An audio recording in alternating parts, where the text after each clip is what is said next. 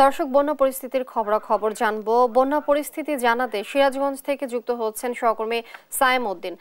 সায়েম, বন্যার বর্তমান চিত্র সম্পর্কে আমাদেরকে জানাবেন।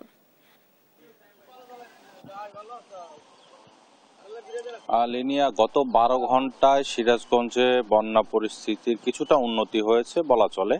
কারণ গত 12 ঘন্টায় সিরাজগঞ্জ পয়েন্টে 1 সেন্টিমিটার পানি কমে পশ্চিমা 60 সেন্টিমিটার উপর দিয়ে প্রবাহিত হয়েছে এবং সিরাজগঞ্জের কাজীপুরে 4 সেন্টিমিটার পানি কমে 50 সেন্টিমিটার উপর দিয়ে প্রবাহিত হচ্ছে। এতে কিন্তু বলা চলে আসলে যে গত কয়েকদিনের তুলনায় কিন্তু পানি এখন কমতে শুরু করেছে। আসলে আমরা যে জায়গাটিতে দাঁড়িয়ে আছি সিরাজগঞ্জ সদর উপজেলার ছাতিয়ানতলী এলাকায়, এই জায়গাটি এই রাস্তাটিতে আসলে পানি আরো বেশি ছিল, যে কারণে অনেক কমে যাওয়ার ফলে আসলে কিছুটা মানুষ কিছুটা সুবিধায় আর কি যাতায়াত করতে পারছে।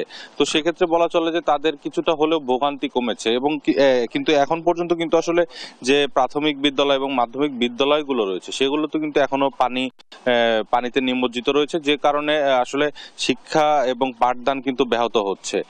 যাতায়াত করতে পারলেও কিন্তু আসলে তাদের যে ঘর বাড়িতে এবং রান্নাঘর এবং অন্যান্য জায়গায় যে পানিতে তলিয়ে গিয়েছে, সে কারণে কিন্তু আসলে খাবারের শুকনো খাবার এবং রান্না করা খাবারের কিন্তু কিছুটা সংকট দেখা দিয়েছে। সে কারণে তারা আসলে দাবি করছেন যেন সরকার থেকে যে অথবা বেসরকারিভাবে কিছু বরাদ্দ যেন তারা পেয়ে থাকে। এছাড়া সিরাজগঞ্জ কৃষি অফিসের তথ্য অনুযায়ী কিন্তু প্রায় 6,500 কৃষি জমির ফসল কিন্তু আসলে পানিতে নিমজ্জিত হয়েছে। এখন পর্যন্ত পরিপূর্ণ যে নির্ধারণ করা যায় আসলে কতটুকু ক্ষয়ক্ষতি হয়েছে সেটি কিন্তু এখন পর্যন্ত করা হয়নি।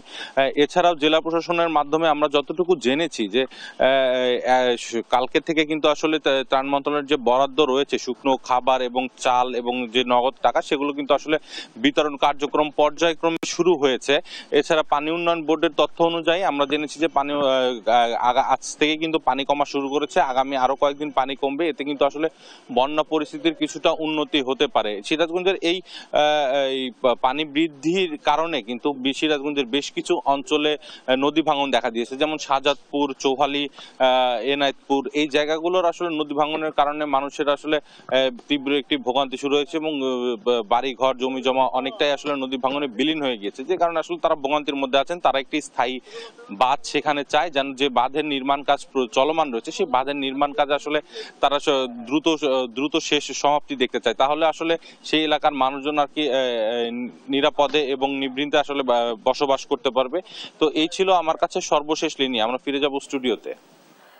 সায়েম, অসংখ্য ধন্যবাদ আপনাকে। দর্শক, সিরাজগঞ্জ থেকে সায়েম সহকর্মী জানাচ্ছিলেন বন্যা পরিস্থিতির খবরাখবর। দর্শক, আমরা বন্যার পরিস্থিতির আরো খবরাখবর জানবো। আমরা এই মুহূর্তে যাচ্ছি মৌলভীবাজারে, সেখানে রয়েছেন সহকর্মী সালে এলাহি কুটি। কুটি, আপনি নিশ্চয়ই শুনতে পাচ্ছেন, আপনি জানাবেন বর্তমান বন্যার পরিস্থিতি কি দেখছেন?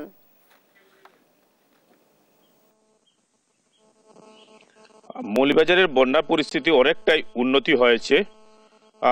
বিশেষ করে যে মনু, ধলাই এবং কুশিয়ারা নদী বিপদসীমার নিচ দিয়ে প্রবাহিত হচ্ছে। কুশিয়ারা নদী আজকে সকাল 9টায় 7 সেন্টিমিটার বিপদসীমার নিচ দিয়ে প্রবাহিত হচ্ছে, যার কারণে মৌলভীবাজারের যে হাকালুকি হাওর পাড়ের যে 3টি উপজেলার এবং রাজনগর উপজেলার যে কয়েকটি গ্রাম যে বন্যা কবলিত ছিল, তাতে খুব ধীর গতিতে পানি কমতে শুরু করেছে এবং অনেকের বাড়িঘর থেকে পানি নেমে গেছে। ইতিমধ্যেই বন্যার পরিস্থিতি অনেকটা উন্নতির দিকে। আপনাকে একটি বিষয় জানাতে চাই, গত 4 দিন ধরে কোনো বৃষ্টিপাত হয় নাই, এমনকি উজানেও বৃষ্টিপাত হয় নাই। বৃষ্টিপাত না হওয়ার কারণে এই অবস্থার সৃষ্টি হয়েছে বলে পানি উন্নয়ন বোর্ড আমাদেরকে জানিয়েছেন।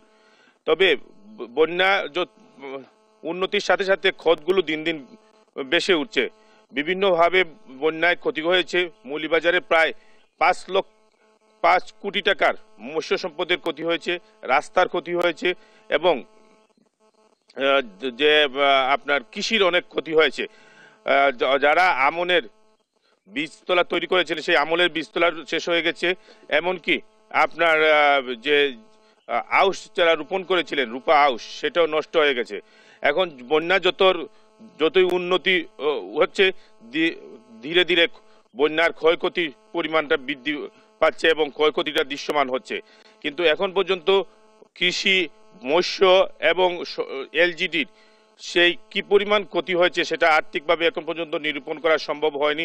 তবে সংশ্লিষ্ট কর্মকর্তারা আমাদেরকে জানিয়েছেন যে এই অবস্থার যে বন্যার সার্বিক উন্নতি হওয়ার পরে সেটা নিরূপণ করা যাবে। এবং কৃষি বিভাগ জানিয়েছে যারা ক্ষতিগ্রস্ত হয়েছে তাদেরকে পুনর্বাসনের জন্য চেষ্টা করা হবে।